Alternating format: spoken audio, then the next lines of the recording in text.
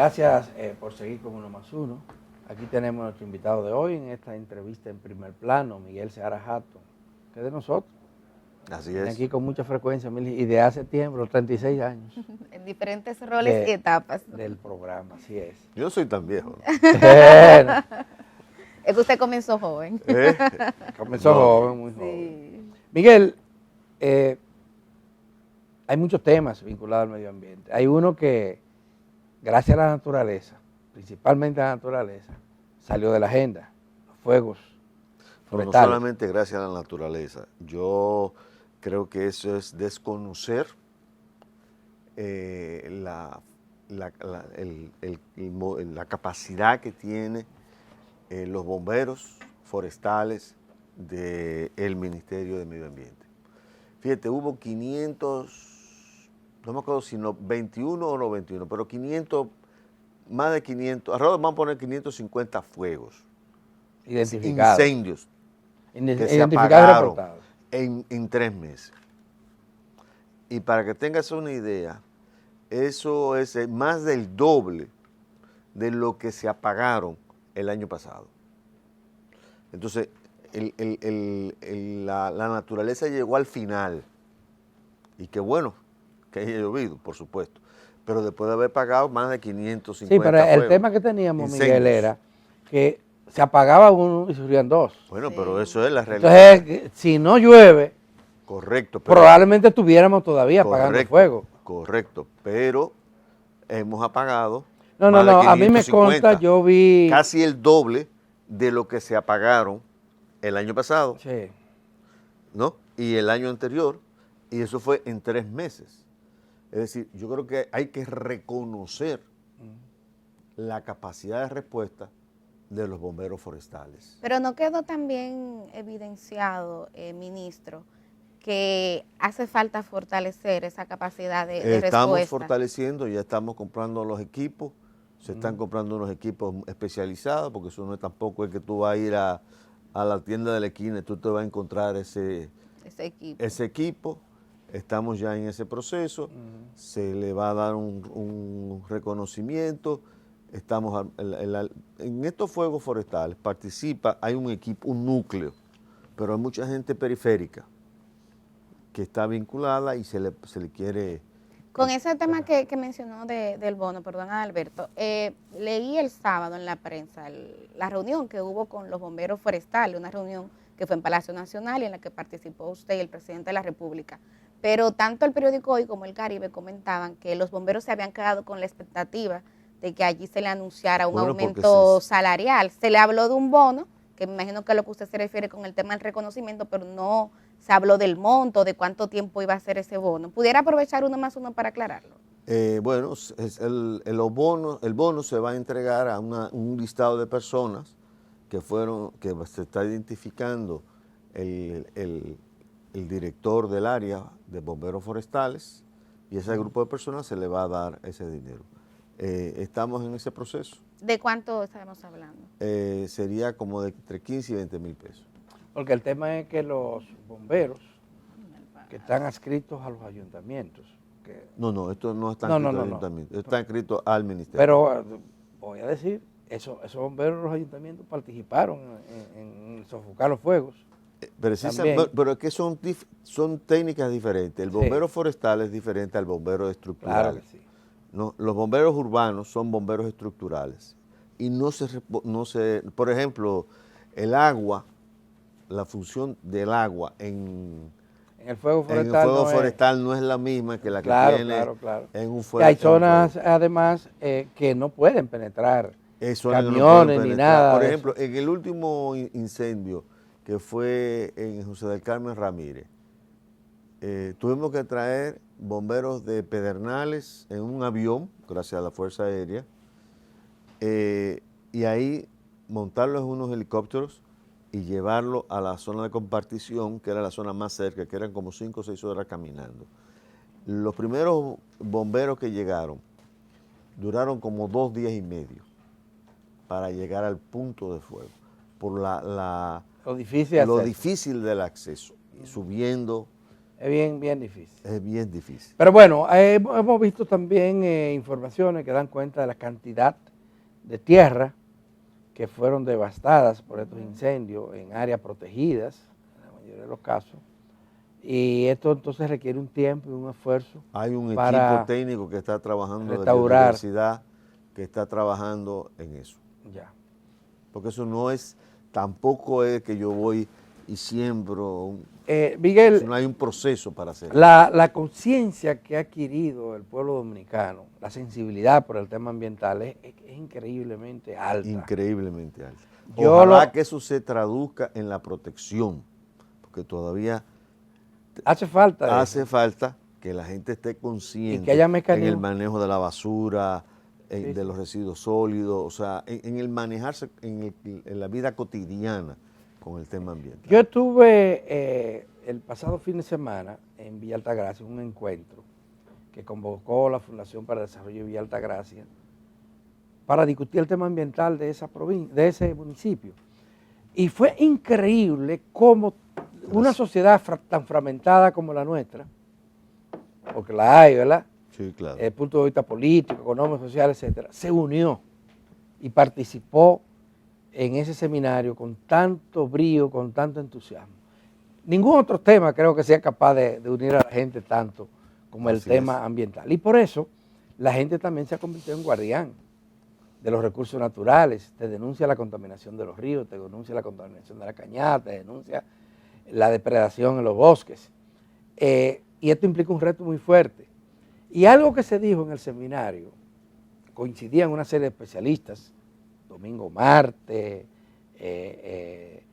Domingo Matías, Eleuterio Martínez, era que había una debilidad de las instituciones del Estado para responder ante la gravedad del problema de la degradación de los recursos naturales. Mira, ¿qué hay de cierto y qué podemos hacer para yo superarlo? entiendo que sí, que hay debilidades institucionales. Eso es lo que estamos trabajando desde el primer día que yo, por lo menos lo que yo llegué al ministerio, en fortalecer la capacidad de gestión, de administración de los recursos y de las áreas. Necesitamos obviamente más recursos, y el presidente nos está apoyando en ese sentido, pero inclusive aun cuando me lleguen todos los recursos hay que irlo ejecutando poco a poco porque tenemos todo el territorio nacional. El ministerio administra el 26% del territorio nacional. Trabaja en todo el tema de los ríos, el tema de los residuos sólidos, el tema costero marino. O sea, la diversidad es muy grande y hay que ir poco a poco cambiando lo que ha sido una cultura. Porque ciertamente desde un punto de vista institucional hubo una política. Yo siempre he dicho, que el Ministerio de Medio Ambiente fue un ministerio donde hubo una política deliberada de debilitarlo, ¿no? Para poder hacer cualquier acción en un uso ilimitado de los recursos. ¿Y quién impulsó esa política? Yo creo que desde el Estado, mismos grupos, sectores empresariales, el mismo Estado en colusión con empresarios, dar permisos, facilitar cosas, todo eso ocurrió. Y eso es lo que estamos frenando. Hay temas que se consideran que son estructurales, que han sido difíciles de vencer. Bueno, voy a poner el ejemplo del CEMPA. Ese es un órgano que teóricamente depende del medio ambiente, pero está controlado por las Fuerzas Armadas. Gran parte de las denuncias que se hacen de depredaciones, degradaciones, involucran a oficiales de alta graduación. Mira, a mí te voy a decir algo. A mí me vale lo que ustedes se pueden imaginar. Quien sea. Pero hasta ahora, cuando yo he tenido una situación, sea quien sea, no me importa, nosotros hemos actuado y aplicado la ley. ¿Tenemos el problema? Sí, hay problemas donde en ciertos niveles es difícil encontrar un personal en quien confiar. A veces es difícil, no digo que siempre, hay de todo. Hay de todo, hay gente muy honesta, muy responsable, hay gente que se presta a cosas indebidas. Entonces, ese es el proceso que tenemos. Y acuérdate, te repito, son los 48.000 kilómetros cuadrados. El país, es el país. El país entero. Y son todos los temas que están vinculados a medio ambiente. Ahí tenemos el tema del agua. Del agua. Ahora, el agotamiento de las fuentes y la contaminación también. Sí, no. Son procesos que no se paran, o sea, que han seguido... Por eso es necesario la ley de agua. Una ley que regule el uso del agua. Pero todo el mundo está de acuerdo con que dicen eso. que más que regular vendría a privatizar. Imagínate, por eso yo digo que eso es una tontería. Mira por qué. O sea, explícame cómo un empresario o el Estado va a decir, la mitad de este río es para ti y la otra mitad es para otro. O sea, no hay transferencia de propiedad, pero ¿de dónde han sacado que hay transferencia de propiedad? Eso no existe. Ni concesión, nada. Bueno, Porque eso es regulación. ¿Y cómo ¿Por sería? qué? Porque eso es lo que nos explican, que en uno de los tantos proyectos, porque hay diferentes versiones, se habla de que el Estado concesionaría este recurso a algunos sectores. Entonces, eso fue como lo que ha generado la alarma. Que eso implica regular. ¿Por qué la gente no quiere que le regulen el agua? Te voy a decir la razón. El 70% del agua se utiliza en actividades económicas que generan plusvalía, generan ganancias, y eso está ahora operando. Entonces, nadie va a pagar aquí por utilizar el agua como un insumo productivo que te genera plusvalía. Explica. Ejemplo. Bueno, cualquier industria que utilice el agua como recurso, nadie paga. Ahora no hay ningún tendría que pagar a partir de eso. Claro, tendría que controlarle y ponerle unas reglas, porque ahora no hay regla. Pero ahora no hay regla. Mira hasta qué punto no hay regla. Una familia dominicana que consume su agua en el hogar, ¿no?, paga el 31% a las coras, o sea, INAPA, Sí. la CAS, Coramoca, Corazán, etcétera. Y el 66% restante es al sector privado, el 69% restante es al sector, perdón, el 59%, 69% restante es al sector privado. Entonces eso no está privatizado. ¿Y en qué se lo paga? En camiones y en botellones. Eso no está privatizado. Eso está privatizado. ¿Y qué es lo que está planteando?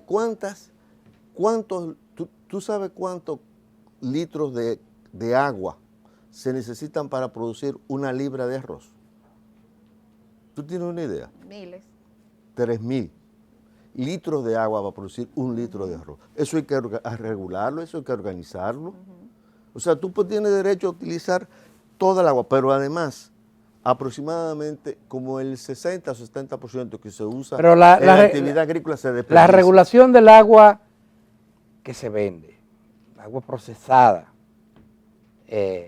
desestructurada, dicen algunos ambientalistas, y el agua que se usa en la industria, en algunos lavaderos de carro, etcétera.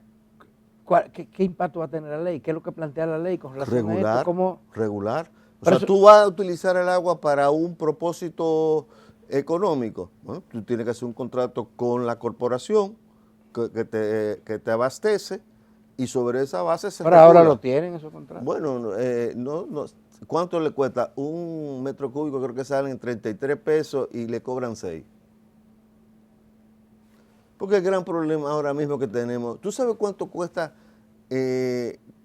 hacer la inversión que se necesita para el sector agua en materia de acueductos, plantas de procesamiento de agua, presas, reservorios de agua, canales, etcétera? Son alrededor de 9.000 millones de dólares. ¿Sabes qué por ciento eso del producto? Eso es como un 8 o 9% del producto.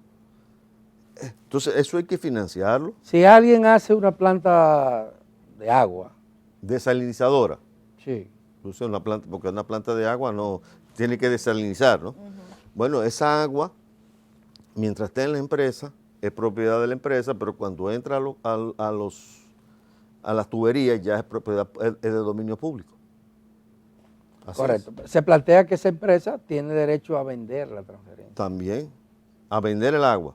Bueno, vender A Si el vender Estado la compra. concesión, No, porque se le da yo te doy una cosa a ti, tú manejas la empresa y tú generas el agua, pero tan pronto esa agua pasa al dominio público, ya es del Estado, es agua pública. Mira, el agua tiene 3 funciones. Es el acceso al agua, al consumo humano, es un derecho humano. ¿No? El agua es un recurso natural que debe conservarse y protegerse. Y el agua es un recurso económico que tiene que regularse. Entonces, yo siento que mucha de la reacción es que hay sectores que no quieren ser regulados. El Estado tiene que regularlo. Sobre todo es un bien que cada día es más escaso. Los principales acueductos, bueno, la mayor cantidad del agua que se consume en todo el territorio nacional proviene de presas y contraembalses o embalses que lo ha construido el Estado. Ese recurso que se usa inclusive para producir energía es virtualmente gratis porque ya el Estado ha hecho una inversión ahí. Sin embargo, la energía, por ejemplo, es caro, pero la energía no le paga a Ejid. Sí. Sí, bueno, Ejid tiene sí, le pagan directamente a los otros organismos del Estado. Bueno, le paga el precio través de la transmisión. Sí, pero se le paga. Pero a la... Dice Ejid, que maneja la presa. que no tiene que usar otro Eso combustible. es uno de los puntos, que hay que discutir, que todo el que utilice agua, ¿no? Y dependiendo en qué se utilice, tiene que pagar. Porque si no, entonces, ¿cómo vamos a resolver el problema de la infraestructura? O sea, ¿tú crees que el Estado tiene ahora mismo, la sociedad dominicana tiene forma de sacar 9.000 millones de dólares para resolver todo esto? Parece que se va a firmar conocer el estatus. Un pacto por el agua. Sí. Y los grupos sociales, los grupos ambientalistas. El pacto del agua es simplemente el plan de inversión. El plan de inversión. Eso es. La idea es, señores, nosotros necesitamos... Pero ahí hay consenso. Sí, se ha logrado un consenso. Sí, porque en donde no se ha logrado el consenso es el tema de la ley. El tema de la ley de agua. No, pero mira cómo funciona. El Estado, el gobierno central, el gobierno se pone de acuerdo con una ley, ¿no? Y el gobierno entonces manda eso a la consultoría jurídica, que le hacen una serie de observación, lo que sea, legal, ¿no? Y eso va al Congreso. Esa es la ley del gobierno. Sí, que todavía no ha llegado al Congreso. No ha llegado al Congreso. Nosotros llevamos como 1 año y medio, 2 años, haciendo esa ley, desde que yo prácticamente llegué al Ministerio de Economía. Y ya habían pasado otros 10 y tantos más. Sí, bueno, en esta ley se siguió todo el Ministerio, cuando yo estuve en el Ministerio de Economía, luego cuando pasó al Ministerio de Medio Ambiente, había diferencias allá entre los técnicos de medio ambiente y técnicos de economía, hubo un acercamiento y se resolvieron. Y va a haber, creo que mañana es miércoles, y mañana hay una reunión con todas las cabezas del sector agua en el Ministerio de Economía, donde se va a discutir y llegar a consenso. Para presentar ya el proyecto definitivo, que no si ha llegado. Es necesario 1 o 2 reuniones adicionales. No ha llegado a la consultoría jurídica todavía. No ha llegado a la consultoría. Por lo menos la versión en el interín, del Miguel, ¿cuáles son las posibilidades de negociar la diferencia? La diferencia con los grupos que están articulados también y que son significativos y no son de los que hacen negocio. Pero si yo le explico a la gente que me expliquen de qué manera voy a coger el agua Enriquillo, ¿no? Lo voy a dividir pedacitos, de un pedazo y el otro lo doy, el otro pedazo, que me expliquen cómo hago eso y cómo transferimos propiedad. Porque privatizar es transferir propiedad. Sí. ¿Me entiendes? Lo otro lo que estamos intentando es regular a un sector que nunca ha estado regulado. Ese es el propósito. Okay. Aquí todo el mundo se cree que puede coger, abrir un hoyo en el patio de su casa y hacer un pozo. Eso no puede ser, porque hay que tener un control de cuál es el nivel, volumen de agua que hay en la capa fría. O sea, en la capa. Pero la CAS controla, los organismos estatales vinculados al agua lo controlan. Lo único es que yo creo que tienen más interés en cobrar. No. Eso es parte de la regulación. Quien debe controlar los pozos es el Ministerio de Medio Ambiente. ¿No? Que no lo está haciendo. No, sí lo está haciendo. En algunos casos. No, lo está haciendo y cada día estamos poniendo más control. Ahora, Agricultura hace eso, el Lindri hace eso, y cualquiera se siente, cualquier ciudadano se siente aquí con el derecho de abrir un pozo ahí y ya. Y eso no puede ser. Y hay que hacer inclusive, comprar una serie de equipos, y lo estamos comprando, para determinar dónde hay agua y cómo, en fin, o sea, una serie de condiciones necesarias. El tiempo se acabó. Pero no hay ninguna iniciativa de parte del Ministerio de llamar a los grupos, vamos a discutir ya finalmente qué es lo que hay.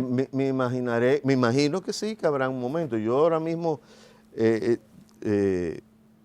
ahora lo tiene Economía, porque en realidad el gabinete, siempre lo ha tenido Economía, porque el gabinete de agua tiene su asiento en el Ministerio de Economía. Miguel, tu respuesta y sobre todo como el plan o la visión, muy brevemente, de lo que estás haciendo en el ministerio y de lo que vas a hacer. Y te lo pregunto porque hay una parte de la opinión pública que tiene la opinión de que ahora mismo en el Ministerio de Medio Ambiente hay un caos, señalan lo que pasó con los fuegos forestales, lo que está pasando con los ríos, que es un tema recurrente, y también el tema de la privatización del agua que ya tú has aclarado. ¿Qué tú le responderías a esa gente? Mira, primero te voy a decir que con los fuegos nosotros no encendemos, o sea, yo no soy responsable de los fuegos. Pero cuestionaron la capacidad de respuesta. No, pero apagamos 551 fuegos. 551 fuegos en 3 meses. En 3 meses.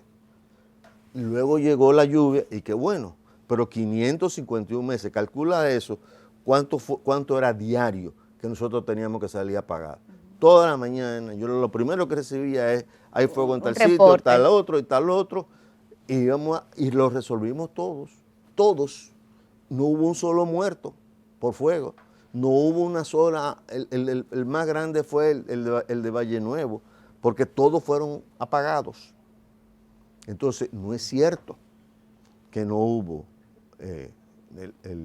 los fuegos. Con los ríos, la política es muy clara. O sea, en cuanto a protección, estamos empezando a reforestar. Tenemos un programa de cuenca donde son 5 cuencas principales que se están trabajando en este momento. Estamos trabajando en 11 áreas protegidas, las más grandes del país, desde infraestructura. Te voy a poner un detalle. Nosotros teníamos dinero desde que yo llegué al ministerio, identificamos dinero para hacer las casetas y hacer la infraestructura de los parques. Pero ¿qué ocurre? Según la ley, nosotros tenemos que hacer una licitación.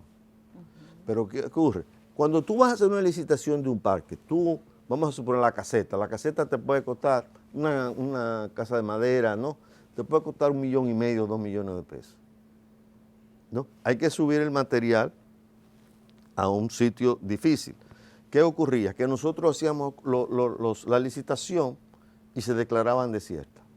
Porque los empresarios... ¿Le gusta tan chiquito? Bueno, era un negocio, era mucho, podría ser grande en conjunto, pero era mucha dificultad, había que moverse en diferentes puntos de la cordillera central, ¿no? Mejor tirar falta.